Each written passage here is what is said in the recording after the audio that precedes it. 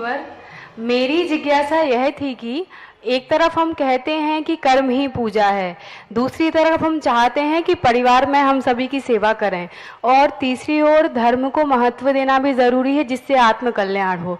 तो मेरा प्रश्न यह है गुरुवर कि धर्म, परिवार और नौकरी के मध्य कैसे सामंजस्य स्थापित करें और किसे प्राथमिकता दें? नौकरी हमारी मजबूरी है, धर्म हमारा स्वभाव है और परिवार हमारी एक प्रकार की व्यवहारिकता है। ये तीनों चीजें भिन्न हैं।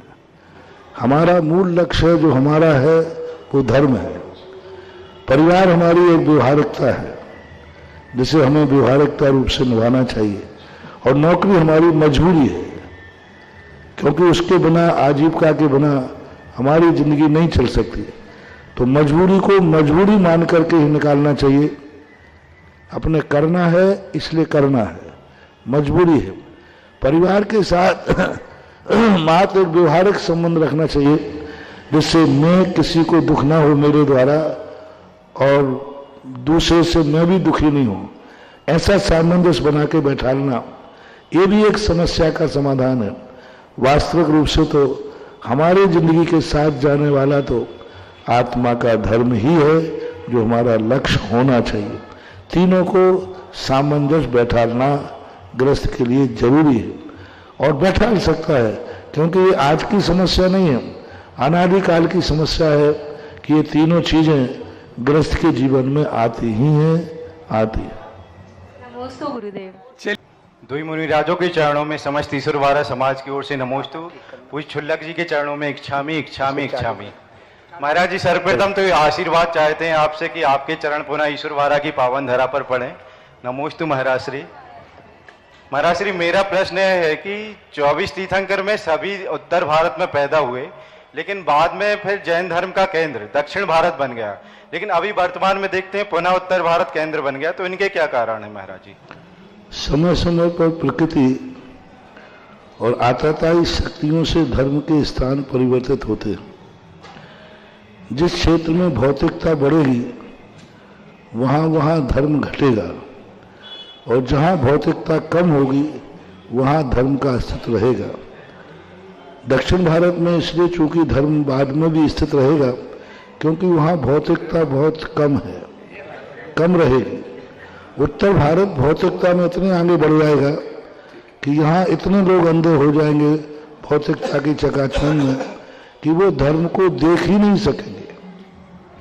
इसलिए उत्तर भारत के धर्म की कमी होने का, और चौथे काल में उत्तर भारत में लोग प्रकृति से अनुसार अपने परिणामों को निर्मल रखते थे। जितनी जितनी भौतिकता बढ़ती थी उतना उतना धर्मात्मा होता था। उत्तर भारत के राजाओं की विशेषता थी जिसे हम अयोध्या कहते हैं।